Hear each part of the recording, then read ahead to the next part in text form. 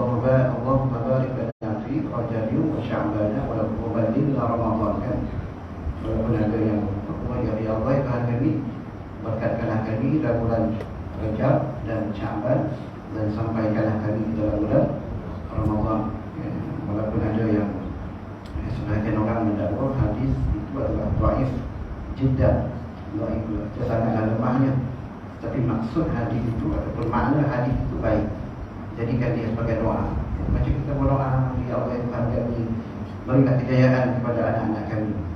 Adakah itu satu kesalahan untuk kita berdoa? Bukan kesalahan.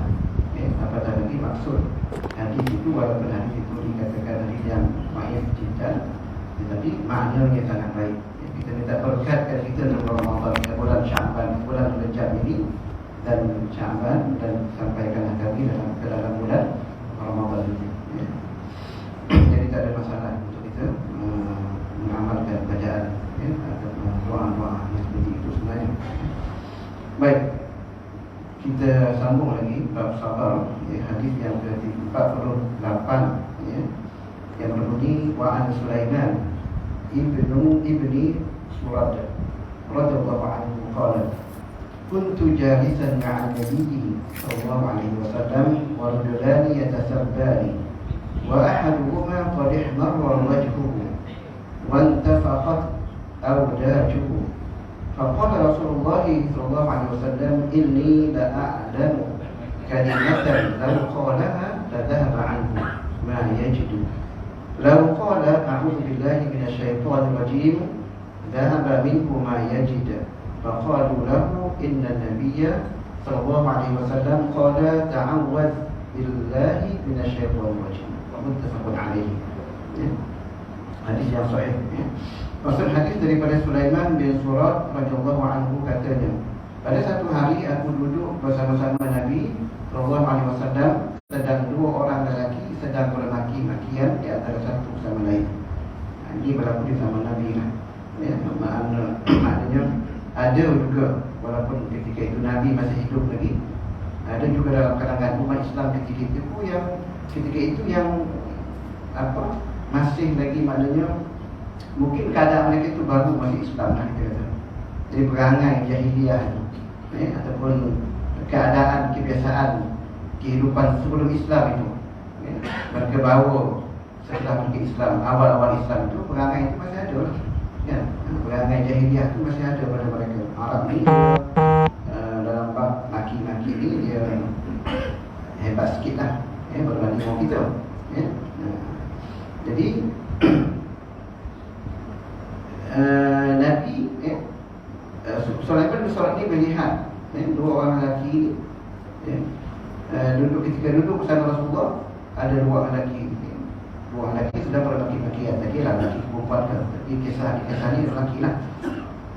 Salah satu daripadanya telah merah mukanya dan tegang ulat-ulat lehernya, menunjukkan kesungguhan mereka itu bergaduh lah, berkelahi, saling bermaki-makian, saling memaki hamun dan satu sama yang lain, sampai nampak merah wajah mereka dan juga urat lehernya itu jadi tegang. Nampak bersungguh betul mereka itu bermaki-makian. Sebabnya Arab ni dalam bab bergaduh mulut ni dia bersungguh sikit. Orang kita ni bergaduh dia senyap dia simpan dalam tu lama. Kalau dalam tu lama, orang Melayu ni sifatnya dia tak elok. Arab ni dia lopeh kan. Kalau dia bergaduh dia akan lopeh kan ketika itu. Jadi akan ada lah orang tengah yang akan melabaikan, dan bila dia berdamai dia boleh dalam keadaan yang tadi tu bersungguh-sungguh bergaduh, merah-merah muka, tapi kalau dapat didamaikan, mereka boleh berpeluk dan mencium balik. Macam bibi lah, sama orang lelaki tu. Jadi lepas itu dia habis lah, dia tak simpan lah. Kalau orang kita, orang lain kita ni, dia akan simpan, simpan. Dia tak cakap tak banyak, tapi dia banyak simpan dalam. Jadi maknanya sebenarnya kadang-kadang kita kena luahkan perasaan tak puas hati, contohnya kena luahkan. So apa dia kata, kita luahkan apa yang terkumpul di hati kita, maka dia akan mereda perasaan kita. Sebab itu habis berbeza budaya lah di antara Arab dengan orang kita. Lalu Rasulullah SAW bersabda, sesungguhnya aku tahu satu perkataan sekiranya dibaca tentu hilang rasa marahnya jika dia kata yang dibaca a'udzu billahi minasyaitonir rajim. Sudah faham. Hilanglah marahnya. Jadi maknanya Nabi menyebut kalau kita dalam keadaan begitu, kita dalam keadaan marah, ada ketika kita akan rasa marah kan. Fitrah kita ni ada rasa marah, rasa suka, rasa sedih. Ada ketika dan saatnya kita akan rasa marah. Kan? Macam biasa buat contoh orang potong itu dalam keadaan yang tak, yang mungkin double naik, dia nak potong juga kita. Jadi ketika itu kita akan rasa marah juga lah. Ketika itu maknanya amalkanlah yang Nabi sebut ni, a'udzu billahi minasyaitonir rajim. Kan, aku berlindung dengan Allah dari syaitan yang dirajam. Sebab marah itu daripada syaitan, daripada godaan, hasutan syaitan sebenarnya. Ya? Dan bila kita marah, kita akan rasa panik. Sebab apa? Sebab kemarahan itu adalah daripada syaitan. Dan syaitan itu kita tahu, ya, kita maklum bahawa dia jadikan daripada apa? Api. Dan sifat api itu panas, kan? Jadi kalau kita dalam keadaan sekarang ni, kita dalam keadaan tenang, keadaan yang elok, tak ada rasa marah. Tapi ada ketika-ketikanya kita akan rasa marah. Mungkin pada anak keluarga dalam keluarga kita, pada anak kita, pada isteri kita, kan? Jadi untuk mengelakkan daripada terlampau marah tu, untuk meredakan kemarahan itu, Nabi ajar pada dia satu ayat, iaitu a'udzu billahi minasyaitonir rajim. Ayat yang mudah. Kalau cubalah kita amalkan, nak marah ke isteri tu, kadang-kadang marah dengan perbuatan, bukan hanya dengan perbuatan, kadang-kadang dengan kata-kata kita, kan? Kata-kata ni lagi bahaya daripada perbuatan kita. Perbuatan ni mungkin melukakan hanya kulit luar, tapi kalau dengan kata-kata yang penuh maki hamun, dia menyakitkan dan juga melukakan hati itu, dan luka itu lebih lama daripada luka yang di luar ini sebenarnya. Kadang-kadang kalau kita marah, kita akan keluar perkataan memaki hamun pada orang yang kita marah. Terus pakai sepadah, cikgu dah marah dengan budak, kadang-kadang keluar kata-kataan yang tak sepatutnya. Itu sebenarnya perlukan kesabaran itu sebenarnya. Dan satu yang Nabi ajar, yang Nabi anjurkan apa dia? Kita mengucapkan a'udzu billahi minasyaitonir rajim. Aku berlindung dengan Allah dari syaitan yang terjauh. Sebab apa? Sebab marah itu daripada hasutan ataupun godaan syaitan dalam jiwa kita sebenarnya. Maka mereka pun berkata kepadanya, kepada orang yang merah muka yang tadi, yang bergaduh tadi itu, bahawasanya Nabi SAW bersabda, berlindunglah dengan Allah dari syaitan yang terjauh. Maka orang yang melihat yang bergaduh itu, maka mereka mengatakan, ucapkanlah, katakanlah yang Nabi ajarkan, iaitu a'udzu billahi minasyaitonir rajim. Baik, yang pertama, perasaan marah yang disemarakkan oleh syaitan boleh menyebabkan kemudaratan pada agama dan dunia. Sebab bila kita terlalu marah dan tak dikawal kemarahan itu, maknanya kadang-kadang sampai kita seolah-olah menindakkan takdir Allah Subhanahu Wa Taala. Maknanya kita macam bila tak terima takdir Allah Taala, kita macam sampai peringkat mungkin maknanya orang itu mungkin menyumpah Allah Taala pula. Allah Taala yang Tuhan yang menjadikannya. Sebab apa? Sebab tak terkawal dengan marah itu. Ada berlaku kan dalam apa yang kita baca, yang kita baca sampai marah Tuhan, cabar Tuhan. Ada. Sebab apa? Sampai marah sangat. Kerana itu untuk menghapuskan menghapuskan sebabnya, yakni waswas syaitan, ialah dengan memohon perlindungan kepada Allah Subhanahu Wa Taala. Allah Taala berfirman, wa imma yanzighannaka minasyaitani fasta'id billahi innahu samiun alim. Maksudnya, dan jika kamu ditimpa satu godaan syaitan, maka berlindunglah kepada Allah. Sesungguhnya Dia Maha mendengar lagi Maha mengetahui. Jadi godaan syaitan satu daripada apa dia? Satu daripada godaan syaitan itu ialah dia menyemarakkan perasaan marah dalam jiwa kita. Ada masa-masa kan kita ni maknanya pengalaman hidup kita. Ada masa-masa yang kita mungkin rasa marah, kan? Contoh di sekolah, dengan disiplin pelajar contohnya, guru disiplin yang menjadi musuh nombor satu pelajar, kan? Guru disiplin, kan? Terutama di asrama, warden, kan? Maknanya dah tahu, dah bagi nasihat, dah watan pun masih lagi berulang benda yang sama, kan? Macam hari ni, kan? Macam kalau saya tu isu masalah vape, kan? Masalah vape, dah watan dah bagi mak bapak dah watan dah, masih juga berlaku. Jadi kita nak kata macam mana, nak buat macam mana, kan? Jadi itulah cabaran yang dihadapi oleh guru-guru zaman hari ini. Maknanya benda-benda yang negatif, benda-benda yang merosakkan diri itu terlalu banyak di luar tu, ya? Jadi itu peranan kita lah, mak bapak kena pantau sama-sama anak-anak, ya? Kita tak benarkan handphone dibawa ke asrama, ke sekolah, ya? Dah hampir banyak dah, masih lagi ada yang bawa handphone. Kadang-kadang mak bapak backup pula anak-anak atas alasan maknanya anak-anak dia tu gunakan handphone untuk mencari maklumat luar daripada waktu sekolahan. Ini malah ada yang katakan anak itu tidak apa, dia mendaftar dalam ada masa-masa dia ikut tuition online, ya. Mungkin anak dia seorang yang baik macam tu, yang disiplin, tapi kita melihat kemudaratan, ya, handphone ni pelajar tingkat 1 hingga 5. Kalau itu benar, kan, kemudaratan ini lebih besar lagi daripada kebaikan yang mereka gunakan. Banyak masa-masa yang kosong tu mereka melayari mungkin benda-benda yang tak bermanfaat, malahan benda-benda yang berbentuk negatif. Kita menilai, guru-guru sekolah menilai maknanya kemudaratannya itu lebih besar daripada manfaat yang mereka dapat sebenarnya, ya. Mungkin orang yang macam tadi itu, mungkin anak dia seorang dia baik macam tu, tapi 50 orang yang lain lagi, pelajar yang lain tu tak macam anak dia. Jadi adakah kita nak benarkan sebab anak dia seorang yang kita kata disiplin baik, kita nak benarkan guna handphone di sekolah? Itu contohlah. Jadi kadang-kadang tu yang menyebabkan warga ni ataupun disiplin ni kadang-kadang, ya, tercabar kesabarannya, ya.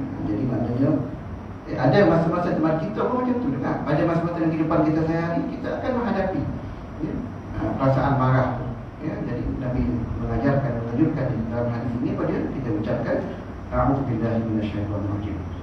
Yang kita fahamkan maknanya kita berlindung kepada Allah Ta'ala, kita lindung dari Allah Ta'ala dari syaitan yang berdalam. Sebab marah itu daripada hasutan syaitan sebenarnya. Yang kedua, melalaikan persekitaran yang berlaku antara dua pihak adalah dituntut oleh agama Islam. Macam tadi, bila bergaduh dua orang, maka boleh ada orang yang melalaikan, mendamaikan, ya, dengan bagi nasihat. Dia bagi nasihat, ucap kata a'udzubillahi minasyaitonir rajim. Nah, itulah kita di dalam hidup kita sehari-hari ini, maknanya bila ada dua orang, dua pihak, ya, ataupun dalam masyarakat kita dua parti contohnya, kan, bergaduh, kena ada orang yang mendamaikan, kan. Saya senang, ya. Beza parti ini bukan satu tegahan lah, ya, tapi maknanya jangan jadikan berbeza, parti menyebabkan kita bermusuh sebenarnya. Itu boleh melemahkan kita sebagai umat Islam. Sebab ada benda yang kita boleh bersama, ya. Walaupun ada benda yang tak boleh bersama, tapi banyak benda yang kita boleh bersama.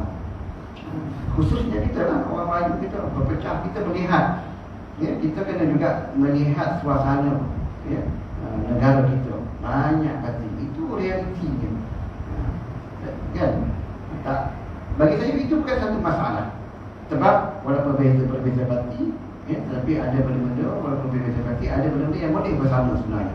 Untuk apa? Kepentingan Melayu dan Islam terutama sebenarnya, ya. Yang kita utamakan buat Islam, ya.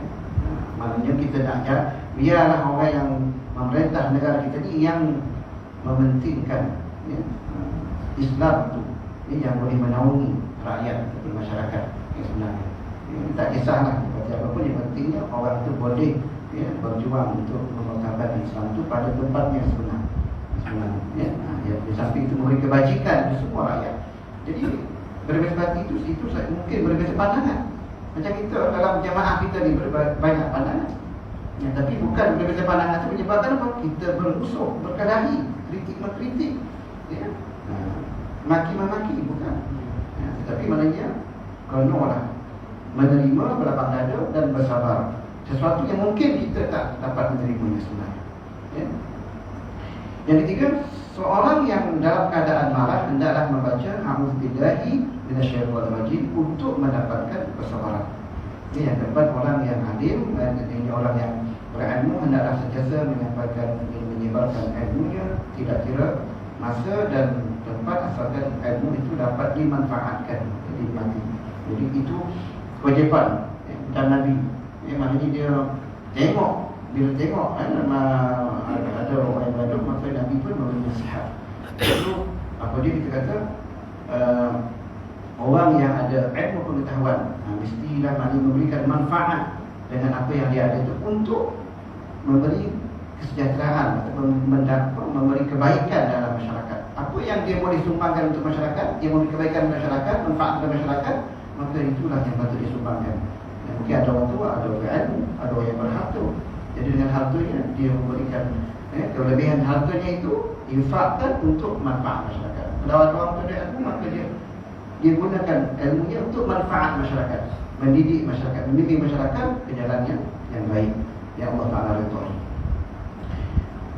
Seterusnya hadis yang ke-49, wa'an Mu'adz ibni Anas, wa'an Mu'adz ibni Anas radhiyallahu anhu anna an-nabiy sallallahu alaihi wasallam qala man kadhama ghaidan wa huwa qadirun ala an yunaffizahu da'ahu Allah subhanahu wa ta'ala ala ru'usil khalaiq yawm al-qiyamah hatta yukhayyirahu min al-hur al-'ain ma syaa.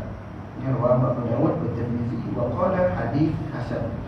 Maksud hadis daripada Mu'adz bin Anas radhiyallahu anhu bahawasanya Nabi sallallahu alaihi wasallam bersabda, sesiapa yang menahan kemarahannya sedangkan dia mampu bertindak menurut perasaan marahnya, maka Allah akan menyerunya pada hari kiamat di hadapan khalayak ramai, sebagai satu penghormatan, sehingga Allah memberi pilihan kepadanya bidadari yang dia suka. Ini maknanya satu kelebihan orang yang dapat menahan kesabaran. Orang yang dapat tahan sabar, yang macam mana? Yang dia mampu bertindak, kan? Katakan dia tengok dia mampu bertindak sama ada dengan perkataan dia. Orang hina dia mampu menghina balik. Orang tumbuk dia mampu tumbuk balik. Tapi dia tahan kesabarannya itu, dia tak balik. Orang kutuk dia, orang hina dia, orang maki hamun dia tak balik. Dalam keadaan apa? Dia mampu untuk balik. Dia tahan. Ataupun dia disakiti, kan? Contohnya 3 orang tumbuk dia, kan? Dia badan besar, dia rasa dia mampu balik lawan orang ni, tapi dia tak nak lawan. Contohnya lah, dia sabarkan diri dia. Maka orang ni dia di akhirat nanti, Allah akan bagi dia keistimewaan. Apa dia? Allah bagi pilihan kepada dia. Dia dari mana yang dia suka, dia boleh pilih. Maknanya ini kelebihan orang yang mampu menahan kesabarannya dalam keadaan mana? Keadaan dia mampu bertindak, dia nak balik kemarahan, kejahatan orang tu, dia mampu balik, tapi dia tahan. Maka Allah beri keistimewaan, penghormatan di hari akhirat nanti. Baik, punya hari apa dia? Menahan marah adalah sifat yang baik dan puji. Jadi menahan marah itu satu sifat apa? Mahmudah. Marah itu lawannya apa? Sifat mazmumah. Orang yang pandai marah, yang pandai marah ni, itu sifat-sifat mazmumah. Itu melambangkan keimanan lah, kita kata. Melambangkan keimanan. Dan semua sifat mahmudah ini dia lahir daripada apa? Keimanan. Sebabnya Allah Ta'ala berfirman dalam satu ayat, dia kata apa? Alladzina yunfiquna fi sarra'i wad dharra wal kadhibina al-ghaidha wal 'afina 'anil nas wallahu yuhibbul muhsinin. Yang orang yang menginfakkan harta benda ketika dia senang dan susah, wal kadhimin, dan orang yang mampu menahan kemarahan, wal kadhimin al-ghaidha wal 'afina 'anil nas. Kadhimin ni orang yang mampu tahan kemarahannya, wal 'afina 'anil nas, dan memaafkan orang.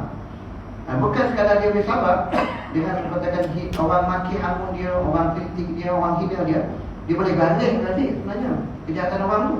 Tapi dia kazimin, dia tahan. Dia tak balik. Orang katakan cerca dia tak balik cercaan orang. Ya, tahan diri dia. Walaupun malahan dia memaafkan orang tu. Dia maafkan orang tu yang berbuat jahat padanya itu. Wallahu yuhibbul muhsinin, dan Allah Taala tu menyukai orang yang berbuat baik. Ini apa dia sebelum ayat tu? Sebelum ayat ini ya, disebutkan apa dia tentang sebahagian orang-orang yang bertakwa. Jadi ini antara ciri-ciri orang bertakwa apa dia? Dia dapat, orang yang bertakwa dia dapat menahan kemarahannya, malahan dia boleh memaafkan orang yang menyebabkan dia juga semangat.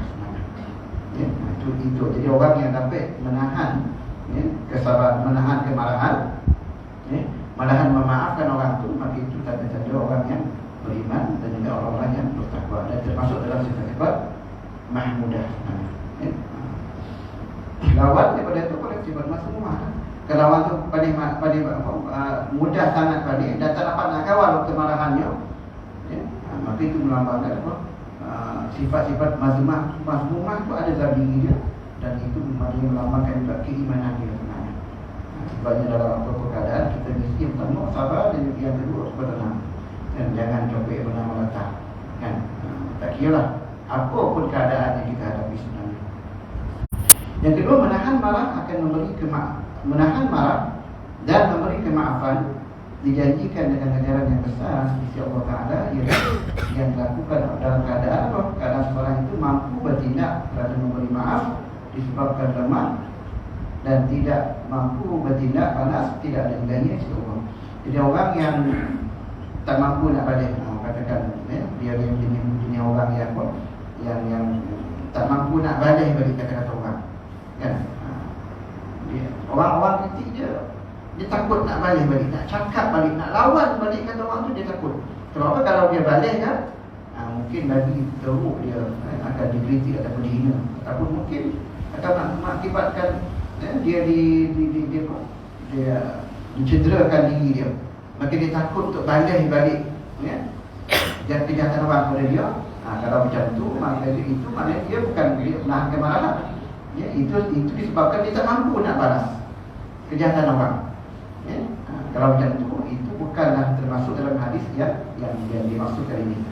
Yang dapat dia akhirat nanti, dia boleh pilih mana-mana dari yang disuka, tak termasuk. Jadi yang dia marah dengan orang, tetapi dia tak mampu nak balas balik. Sebab apa? Dia takut. Kalau dia balik kan, dia cakap balik kan, dia lagi teruk ataupun lagi dicederakan diri dia, kan? Maka dengan itu tak termasuk dalam orang yang menahan kemarahan. Ini sebab apa? Dia tak balik itu sebab apa? Dia takut, dia tak mampu nak balik. Jadi tak termasuk dalam hadis yang diceritakan ini. Jadi yang ketiga, kekuatan jiwa dan pribadi seseorang akan terserdah dalam keadaan yang mencemaskan dan boleh menimbulkan kemarahan, itu dengan menguasai diri dan menahan marahnya. Maknanya nak tahu seseorang itu jiwanya kuat ataupun tidak. Pribadinya itu maknanya pribadi yang kuat ataupun tidak ketika mana? Ketika dalam keadaan kecemasan. Tiba-tiba orang potong dalam keadaan yang berbahaya. Kita marah tak? Mungkin kita marah, kan? Tapi mungkin kita ada orang yang bila ini contohlah kan, bila ada potong dalam keadaan berbahaya, dia akan pajar balik, akan potong balik. Itu melambangkan tak menahan kemarahan. Tapi kalau dia mampu, kadang-kadang di highway kita tengok yang laju-laju ni, kereta kecil-kecil sebenarnya. Kereta Asia, kan? Kereta Myvi, macam kita pakai tu lah. Kecil-kecil, kereta-kereta yang besar-besar, BMW ke, ada juga juga kan, naik kot ke, yang besar-besar tu dia biasa bawa tak apa lagi sangat. Tapi yang cakap temeng benar, dia heavy ni biasanya Asia dalam kan, memang laju. Kadang-kadang saya saja bukan nak lawan, bukan apa. Kita follow lah itu, tengok kita sekali 20, dia masih laju lagi. Itu dia. Kali 30 dia masih di depan lagi. Jadi kan berapa laju dia bawa, kan? Bukan tak ada niat kita nak potong, tak ada. Nak tengok kelajuan dia berapa, kan? Tapi kalau kita mau marah lah, kan? Dia tampuk kita, bagus betul dia tampuk kita, kan? Dia tampuk kita, tak payahlah, ya? Tak payah layan lah, kan? Tapi itulah, ya? Maknanya apa? Walaupun orang maknanya kadang-kadang dia yang masuk dalam hadis ini ialah yang dapat penghormatan di akhirat itu, dia mampu untuk membalas balik kejahatan orang, tapi dia tahan, ya? Jadi itu yang mendapat keistimewaan di hari akhirat, ya? Jadi benda ni berlaku kadang-kadang dia bukan dalam keadaan tenang, kita okey je. Tapi dalam keadaan ada masa-masa ketikanya kita akan diuji, ya? Oleh Allah SWT. Sebenarnya apa yang berlaku itu pun kadang-kadang Allah potong kita dalam keadaan berbahaya itu pun Allah dah uji kita. Allah datangkan makhluk Allah Ta'ala ini, dia datangkan pemandu tu, dia potong kita dalam keadaan yang berbahaya kadang-kadang. Tentu kita akan semangat, ya? Jadi kalau orang yang ada keimanan, dia berfikir panjang, sabar dan tenang, dia akan fikir bahawa ini adalah satu ujian Allah Ta'ala kepadanya. Nak marah ke tak marah, nak sabar ke tak sabar, nak pajar balik ke tak pajar balik, nak potong balik ke tak potong balik. Kalau dia pajar balik, potong balik, maknanya tak sabar. Tapi kalau dia boleh, biarlah, kan? Mungkin dia ada kecemasan, mungkin ada isteri nak bersalin, mungkin dia nak kadang-kadang kan ada kan buat laju perlistahan, kenapa? Kira jawab dia kunci kan. Betul. Kita anggaplah dia mungkin nak ada foto hajat yang dia nak, ada hajat yang dia nak sentuh, kan? Itu kita nak nak menyabarkan, kita bercakap dengan diri kita untuk menyabarkan diri kita. Orang macam ni walaupun dia mampu nak pajar balik, nak potong balik, sebab apa? Sebab dia kata kita bosan. Orang tu kita ideal, dia mampu potong balik tu. Ya, tapi dia tak buat, tak pajar balik, tak potong balik. Dia sabar, orang ni insya-Allah dia akan dapat keistimewaan di hari akhirat nanti. Kalau tak ada apa, bagi dia, ya? Pilih mana bila hari yang dia suka, pilihlah. Ya? Jadi ingat itulah. Setiap kebaikan yang kita buat di dunia ini akan ada balasannya, sama ada di dunia ataupun di akhirat. Dan wa kafa billahi syahida, cukuplah Allah Ta'ala sebagai penyaksi kepada segala perbuatan kita. Wa kafa billahi syahida, ya? Orang tak tahu kita sabar tak sabar, orang tak tahu, tapi Allah Ta'ala Maha mengetahui. Dicatatkan oleh malaikat kebaikan-kebaikan yang kita buat sebenarnya. Dan yang akhir sekali, yang keempat, Allah SWT memuliakan orang yang sabar, menahan marah. Dan yang akhir sekali, yang kelima, di antara ganjaran Allah di akhirat terhadap hamba-Nya yang bersifat sabar ialah bidadari tadi. Baik, hadis yang 50 pendek saja saya baca. Wa an Abi Hurairah radhiyallahu anhu anna rajulan qala lin nabiy sallallahu alaihi wasallam awsini, qala la taghdab, faraddada miraran, qala la taghdab. Pendek yang kita biasa dengar ni, riwayat Bukhari, ini hadis yang sahih. Maksud hadis daripada Abu Hurairah radhiyallahu anhu bahawa seseorang telah berkata kepada Nabi SAW, nasihatilah aku. Lalu Nabi SAW bersabda, jangan marah. Maka berulang-ulang orang itu meminta dinasihati. Jawab Nabi, jangan marah. Riwayat hadis Imam Al-Bukhari. Ini maknanya sebab apa tu? Nabi bila orang minta nasihat, dia akan tengok pribadi seorang itu. Mungkin orang yang meminta nasihat ini pribadinya apa? Mungkin pandai-pandai, banyak. Contoh-contoh lain yang Nabi, bila sahabat minta nasihat, Nabi akan beri nasihat yang berbeza-beza.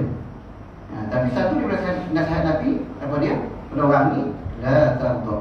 Ada yang lain itu Nabi sebut ulang 3 kali, la taghdab, la taghdab, la taghdab. Ulang Nabi ulang perkataan 3 kali. Sebab apa? Nak menggambarkan bahawa kita ni mesti tahan, jangan marah, jangan marah, jangan marah. Bila marah akan terbongkar kadang-kadang segala keburukan, keaiban kita sebenarnya, sama ada dengan perkataan kita ataupun dengan perbuatan kita sebenarnya. Di marah ini maknanya akan menimbulkan, akan menzahirkan sifat-sifat buruk yang ada dalam diri kita. So, bila marah dia tak ingat orang lah, maknanya malu dia dah tak ada lah. Itu sebabnya apa dia? Nabi ini beri nasihat, setengah sahabat tak diminta dinasihati, dia akan cakap, dah tahu Allah. Sebab apa tu? Sebab Nabi tahu orang yang meminta nasihat itu adalah orang yang sifatnya macam mana? Mungkin pandai bagan, mungkin jadi orang yang mudah merontik, mudah memaki hamun orang. Maka sebab itulah Nabi sesuai dengan orang minta nasihat tu apa, daripada orang tu, maka dah tahu. Bagi kita apa dia? Bagi kita pula pengajarannya apa dia? Janganlah kita dicuri makan. Semua ada perasaan makan. Sebab fitrah dalam diri kita ni semua perasaan tu ada. Marah ada, bosan ada, suka ada, sodik ada. Jadi marah itu bukan kita nak hapuskan. Dia satu yang dalam diri kita. Kita tak, itu sesuatu yang Allah Ta'ala letak dalam jiwa kita. Tetapi kalau marah itu mesti ditampilkan, dizahirkan di tempat-tempat yang sesuai sebenarnya. Contoh apa? Orang menghina Nabi, orang menghina Al-Quran, baca Al-Quran. Itu kita kena zahirkan kemarahan kita. Kita tak reda dengan apa yang diperlakukan oleh orang lain yang menghina agama Islam, yang membakar Al-Quran, yang menghina Nabi kita. Kita kena cakap, kena bagi tahu, kena zahirkan.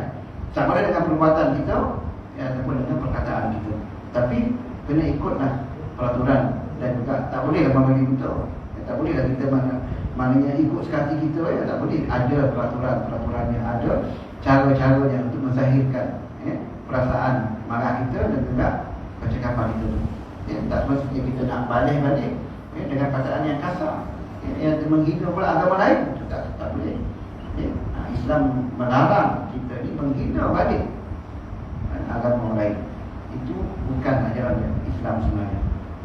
Sebab bila kita menghina balik agama orang tu lagi akan hina agama kita. Itu satu keadaan.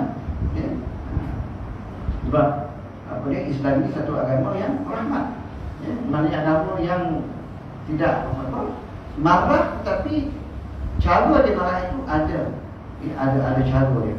Bukan meminta ataupun marah ikut perasaan sekali yang didorong oleh perasaan ataupun dihasut oleh perasaan yang didorong oleh syaitan itu. Bukan.